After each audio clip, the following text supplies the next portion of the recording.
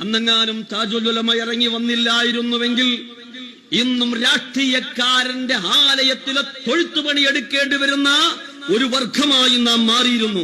പക്ഷേ ഇന്ന് ആണത്തത്തോടെ എഴുന്നേറ്റ് നിന്ന്, നെഞ്ചുറപ്പോടെ എഴുന്നേറ്റ് നിന്ന് സുന്നി പ്രാസ്ഥാനിക രംഗം ഏതൊരുത്തന്റെ മുമ്പിലും യശസ്സുയർത്തി നിൽക്കുന്നത് മഹാനായ താജുൽ ഉലമയുടെ പ്രഖ്യാപനവും തിരിച്ചുവരവുമാണ് എന്ന് എന്റെ സുഹൃത്തുക്കളെ നാം എപ്പോഴും ഓർക്കേണ്ടതുണ്ട്.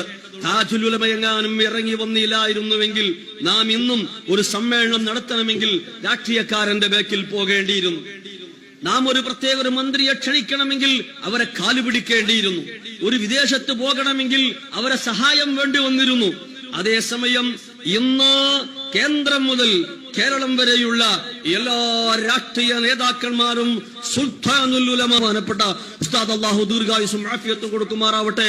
തവല്ലല്ലാഹു ഉംറഹു മഅൽ ആഫിയത്തി വസ്സിഹത്തി വസ്സലാമ.